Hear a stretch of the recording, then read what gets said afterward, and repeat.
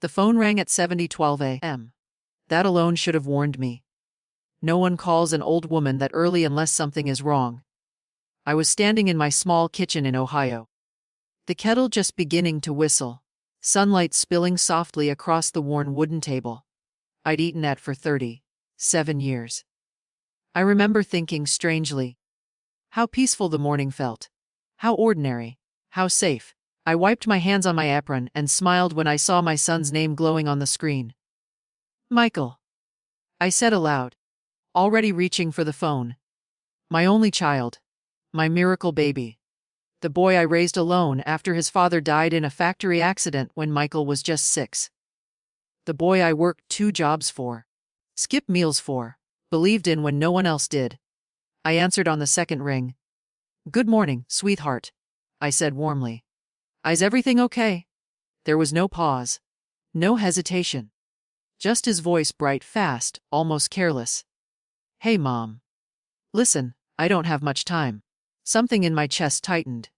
I'm getting married tomorrow. I blinked. My mind scrambled to catch up with the words. Tomorrow? I repeated, laughing softly, thinking it must be a joke. Michael, what do you mean tomorrow? You never said. I know. He cut in, impatient. It was last minute. Anyway, that's not why I'm calling. The kettle screamed behind me. I turned it off without realizing it, my hand trembling slightly. Okay, I said slowly. So why are you calling? He sighed, like I was inconveniencing him. I withdrew all the money from your bank accounts. And I sold the house. The words didn't land all at once. They came apart like broken glass falling in slow motion. I what? I whispered. It's done, he said flatly.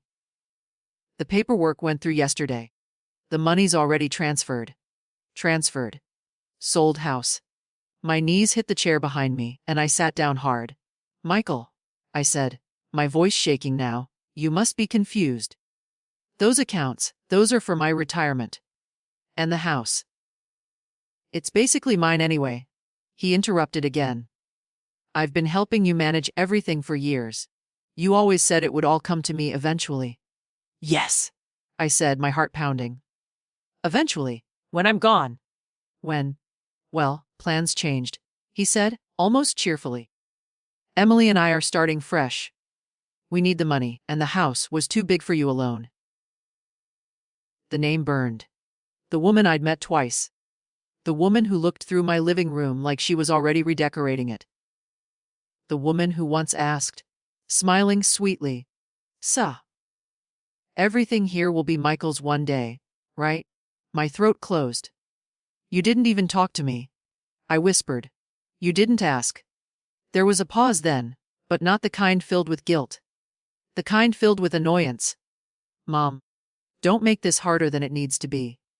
You'll figure something out. You always do. I pressed my hand to my chest, trying to breathe. I'm your mother, I said. That housey, that's where you took your first steps. Where I rocked you to sleep. Where your father? Look. He snapped. I really don't have time for this emotional stuff. The wedding's tomorrow. I just wanted to let you know before things got awkward. Awkward. I felt something crack inside me then, not loudly, but completely. So that's it? I asked. You take everything and just say goodbye. Yeah, he said, already distracted. I mean, we'll talk later or something. Bye, Mom. The call ended. No, I'm sorry. No, thank you. No, I love you. Just silence. I stared at the phone in my hand for a long time. It felt heavier than it should have, like it was made of stone instead of plastic. My reflection stared back at me from the dark screen. 72 years old, silver hair pulled back neatly, eyes wide with disbelief. I waited for the tears. They didn't come. Instead, memories flooded in. Michael at 5, clinging to my leg on his first day of school. Michael at 16, promising me he'd take care of me one day. Michael at 30, asking me to put his name on a few things, because it would be easier. I trusted him. God, how I trusted him. I thought of the nights I stayed up worrying about his future. The times I co-signed loans. The years I let him help with my finances because I believed love made paperwork safe. My hands began to shake, not from fear, but from a cold, creeping realization. I had been played. By my own son. The kettle sat cold on the stove now. The morning light didn't feel warm anymore. The house, the one he claimed was sold, creaked softly around me, as if listening. And then, slowly, something unexpected happened. I laughed. It started as a breath, barely a sound. Then another. Until a quiet, shaky laugh escaped my lips. Not because it was funny, but because Michael didn't know everything. He never did. He never asked questions. Never read the fine print. Never paid attention when I said, "This is just for convenience." Never understood that a woman who survived grief, poverty, and decades of sacrifice doesn't survive by being foolish. I stood up, steadied myself, and walked to the old filing cabinet in the hallway. Inside were documents Michael had never seen. Documents that told a very different story. I closed the drawer gently and whispered to the empty house, "You shouldn't have rushed, my son." And for the first time since the phone call, I felt calm. The storm had passed. Now came the silence. Silence has a way of making the past speak. After Michael's call, the house felt different, like it was holding its breath. Every clock tick sounded louder. Every floorboard creak heavier. I moved through the rooms slowly, touching things as if they might disappear. The arm of the sofa where Michael spilled grape juice at 8. The doorframe etched with pencil marks measuring his height year after year. The window above the sink where I used to watch for his car when he came home late. I told myself not to cry yet. I made tea instead. My hands had stopped shaking, but my heart felt bruised, like it had been punched from the inside. I carried the mug to the living room and sat in my chair. The one Michael used to call Mom's throne. I closed my eyes. And then the memories came, lining up neatly, cruelly, as if they'd been waiting for permission. It hadn't started with cruelty. It never does. It started with help. "Mom, you shouldn't have to worry about all this paperwork," Michael had said years ago, smiling that familiar smile. The one that still had a little boy in it. "Let me take care of it. I'm good with numbers." I remember how proud I felt then. Proud that my son was confident. Proud that he wanted to protect me. Proud that I'd raised a man who wanted to shoulder responsibility. Or so I thought. At first, it was small things. He set up online banking for me, paid my utility bills from his phone, organized my insurance. He'd sit at my kitchen table, laptop open, explaining things in a tone that suggested I was doing him a favor by listening. "Just sign here, Mom. This is standard." And I did. Because he was my son. Because love blurs edges. Because I believed blood meant safety. I opened my eyes and stared at the family photo on the wall, Michael at graduation, his arm around me, my smile so wide it hurt my cheeks. I looked so sure of him. So certain. I wondered when that certainty started to rot. Emily entered the picture like a whisper. He didn't bring her home at first. Just mentioned her name casually. "I'm seeing someone," he said one Sunday afternoon, scrolling through his phone while I roasted chicken. "She's different." "Different how?" I asked. "Ambitious," he replied. "Driven?" I smiled then, wiping my hands on a towel. "That's good. It's nice to want things." I didn't realize how hungry she was. The first time I met Emily, she wore heels that clicked sharply against my hardwood floors, like she was marking territory. She hugged me quickly, her arms stiff, her smile polite but distant. Her eyes moved constantly, over my furniture, my walls, my shelves. "You have such a big house," she said, drawing out the word. "Must be hard to manage on your own." I laughed it off. "It's full of memories. That makes it lighter." She smiled back, but there was calculation in it. Even then, I felt it. A small prickle at the back of my neck. I ignored it. During dinner, She asked questions that felt innocent on the surface. How long have you lived here? As the house paid off. Do you travel much? Michael watched her carefully, like a student waiting for approval. At one point she said, Michael tells me you're very organized with your finances. That's rare at your age. At your age. Michael laughed nervously. I smiled politely, though something inside me cooled. After that, he started coming around less. Phone calls became shorter. Visits less frequent. When he did come, he was often distracted. Texting Emily constantly, stepping outside to take calls. Once, when I asked if everything was okay, he sighed and said, You worry too much, Mom. That was when the paperwork changed. Just a formality, he said, sliding documents across the table one afternoon. Power of attorney stuff. In case anything happens. Something happens like what? I ask. You know, he said, waving his hand vaguely. Old age. I laughed, but it sounded thin. Michael, I'm healthy. I know, he said quickly. This just makes things easier. Emily says it's smart planning.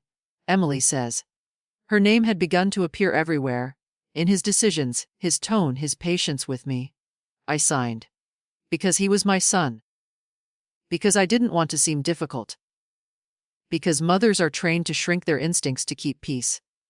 I set my mug down, untouched now. The tea had gone cold. The signs were clearer in hindsight. Painfully clear. The way Emily corrected me when I spoke. The way Michael began finishing my sentences, often incorrectly. The way he referred to my home as the place, instead of your house. The way he once said, laughing, You won't need all this space forever. Forever. I stood and walked to the hallway mirror. The woman staring back at me looked older than I felt. Eyes tired, mouth set in a line of quiet endurance. I remembered Emily once standing right here, adjusting her lipstick, and saying, You know, downsizing can be very freeing. Freeing for whom? The worst part, the part that still made my chest ache, was how Michael changed with me when she wasn't around. He grew impatient. Dismissive. When I asked about his future plans, he'd say, You wouldn't understand. When I expressed concern about finances, he'd say, You're being paranoid. Once, after I questioned a withdrawal from one of my accounts, he snapped, Do you want help or not? I apologized, to my own son. That night, I cried quietly in bed, confused and ashamed, wondering how I'd become a burden without realizing it. I see now what I couldn't then: the slow erosion. The careful reshaping of truth. The way Emily didn't need to shout or threaten. She simply planted ideas and let Michael believe they were his own. You deserve more, she likely told him. Your mother will be fine. Why wait for inheritance when you can build your life now? Greed rarely announces itself as greed. It wears the mask of logic, of love, of urgency. My phone buzzed on the coffee table. A message from Michael. Everything's settled. I'll send you an address later. Maybe you can find a small apartment nearby. Nearby. Like a visitor. I didn't reply. I looked around the living room again, seeing it now through new eyes. Not as a victim's space, but as evidence. Of a life built carefully. Of a woman who had survived worse than betrayal. I walked back to the filing cabinet and opened the drawer fully this time. Inside were folders labeled in my neat handwriting. Deeds. Trusts. Letters. Documents my lawyer had insisted I keep. I remembered his words clearly. Never give away control completely. Love doesn't require blindness. I had listened more than Michael knew. I closed the drawer again. Not yet. Not time. Instead, I sat back down and allowed myself one thing. Grief. I grieved the son I thought I had. The future I imagined. The belief that blood alone could protect the heart. Tears finally came then, hot and silent, sliding down my cheeks. I didn't wipe them away. I let them fall. But beneath the pain, something else stirred. Resolve. Emily wanted it all. Michael thought he'd already taken it. Neither of them understood the woman they had underestimated. And that, quietly, steadily, was about to become their greatest mistake. For 3 days after the call, I said nothing. No messages. No return calls. No explanations to relatives. No late-night confessions to old friends who would only tell me to forgive or let it go. I let the silence stretch, long and deliberate, like a held breath. Silence, I learned, makes people careless. On the first morning, Michael called twice. I watched the phone light up on the kitchen counter while I made oatmeal, stirring slowly, counting my breaths. I imagined his impatience, the way he drummed his fingers when things didn't go his way. I didn't answer. On the second day, he sent a message. "Mom, you okay?" I almost laughed.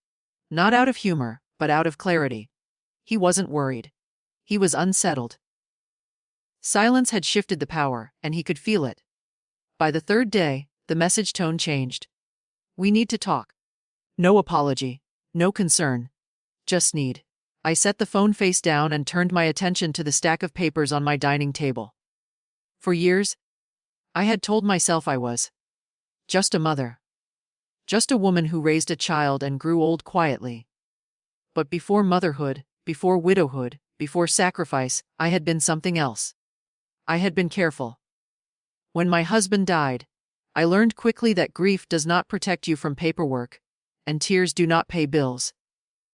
I learned to read contracts. I learned to ask questions. I learned to plan for the day when I might not be able to speak for myself. That was when I met Mr. Harris, my lawyer. A patient man with kind eyes who once said, "You're not planning for death, Margaret. You're planning for dignity." That phrase stayed with me. I opened the blue folder labeled PROPRY and spread its contents across the table like a puzzle. The deed. The trust agreement. The amendment I had signed 5 years earlier, after Emily entered the picture. Back then, I couldn't explain the unease I felt. Only that something had shifted. Michael had become hurried, secretive. Emily had become interested. So I protected myself. Quietly. The house was never solely in Michael's name. It was held by a living trust, one that required my consent for sale. Any sale without it was void. The signature on the documents Michael used. A copy. A convenience authorization, not ownership. A detail he never bothered to understand. I moved on to the bank statements. Yes. Money had been withdrawn, but not everything. The bulk of my savings sat in accounts Michael couldn't touch, protected by layers of authorization he had never asked about because he assumed I was ignorant. Assumptions are dangerous things. I picked up the phone and made one call. "Mr. Harris?" I said calmly when he answered. "I believe my son has overstepped his authority." There was a pause. Then, gently, "I was afraid of that." We spoke for over an hour. He explained options, confirmed protections, promised discretion. I took notes, my hand steady. Not once did I raise my voice. Not once did I cry. Pain had done its work. Now came precision. That afternoon, I walked through the house one last time, not as someone losing it, but as someone reclaiming herself. I touched the walls again, but this time with gratitude, not fear. Whatever happened next, I would be fine. Michael called again that evening. I let it ring. Then Emily called. That surprised me. Her voice was sweet when I answered, honeyed with false concern. "Margaret, hi. Michael's been worried. You've been quiet." "Yes," I said simply. A pause. She hadn't expected that. "Well," she continued, "we just wanted to make sure you understand everything that's happening. Change can be hard." "Change is only hard," I replied, "when it's dishonest." Silence crackled on the line. "I'm not sure what you mean," she said carefully. "I'm sure," I answered. I hung up before she could respond. That night, I slept better than I had in weeks. Because silence wasn't weakness. It was strategy. Over the next few days, I gathered everything: emails, messages, transaction records. I didn't rush. I let Michael and Emily believe their plan had succeeded. I let them celebrate. Let them spend. Let them grow comfortable in the lie. Comfort makes people sloppy. I imagined them finalizing wedding details, toasting to their future, believing the past had been neatly erased. They had no idea the ground beneath them was already shifting. On the morning of the wedding, I dressed carefully, not in black, not in mourning, but in soft blue. The color I wore when I wanted to feel strong. I looked at myself in the mirror and whispered, "You survived worse." Then I picked up my purse. Inside were copies of documents Michael had never read. The truth doesn't shout. It waits. And when it speaks, it doesn't need to raise its voice. The wedding took place on a clear Saturday morning, the kind of day that looks innocent enough to forgive almost anything. I arrived early. Not because I was invited, I wasn't, but because timing matters when truth is involved. I parked across the street from the small vineyard, where Michael and Emily planned to say their vows. White chairs were lined up in perfect rows. Flowers climbed wooden arches. Soft music floated through the air like a promise no one had earned. I sat in my car for a moment, hands folded in my lap, watching guests arrive. Laughter, hugs, champagne flutes clinking. It all looked so final. And yet, nothing truly important had happened yet. I stepped out of the car and walked toward the venue office. The manager recognized me immediately. "Mrs. Turner," she asked kindly. "You must be the groom's mother." "Yes?" I said, meeting her eyes. "I need to deliver a document. It's time sensitive." She hesitated, then nodded. "Of course." Inside the quiet office, I laid the envelope on the desk. My lawyer's letter was on top, formal, calm, undeniable. It explained that the sale of the house was invalid. That ownership remained with me. That any funds withdrawn beyond Michael's authority were subject to immediate return. No threats. Just facts. "Please give this to the groom before the ceremony begins," I said gently. The manager swallowed and nodded again. Outside, guests were being seated. Emily stood near the arch, adjusting her veil, glowing with the confidence of someone who believed she had already won. Michael saw me then. His smile froze. He approached slowly, his expression shifting from surprise to irritation. "Mom, what are you doing here?" "I brought a wedding gift," I said softly. His jaw tightened. "This isn't the time." "It's exactly the time," I replied. The manager appeared beside us, holding the envelope. "Sir, this was requested to be delivered immediately." Michael took it, frowning. He opened it. I watched his face change as he read. Color drained. His shoulders stiffened. His lips parted slightly, as if he wanted to speak but couldn't find the words. Emily noticed. She stepped closer, her smile faltering. "Michael, what is it?" He looked at me then, not angry, not defiant, but afraid. "Mom," he whispered, "what did you do?" I met his gaze calmly. "I told the truth." Emily snatched the letter from his hands and read it quickly. Her expression hardened, eyes flashing. "This can't be right," she snapped. "You said everything was settled." Michael didn't answer. Guests began to murmur. The music stopped. The officiant cleared his throat awkwardly. I stepped back, giving them space. I didn't raise my voice. I didn't explain. I didn't need to. The truth was doing its work. Emily's confidence cracked. "You lied to me," she hissed at Michael. I thought," he stammered. "You thought?" she snapped. "You told me the house was yours. The money was secure." I turned away then. Their argument wasn't mine to witness. I walked slowly back to my car, my heart strangely light. No triumph. No bitterness, just relief. By the time I reached home, my phone was buzzing. Messages from Michael, from relatives, from numbers I didn't recognize. I didn't answer. That evening, my lawyer called. "The funds are being returned," he said. "And the property sale has been officially reversed." "Thank you," I replied simply. There was a pause. "How are you holding up?" I looked around my living room, the same couch, the same walls, the same memories, but they felt different now. Lighter. I'm at peace, I said honestly.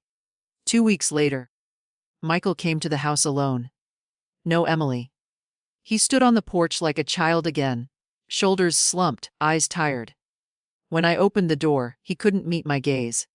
I'm sorry, he said quietly. I lost myself. I studied him for a long moment. The son I loved was still there, but he was no longer the center of my world. I forgive you, I said. But forgiveness doesn't mean forgetting. He nodded, tears in his eyes. After he left, I sat in the evening light and thought about everything I'd learned.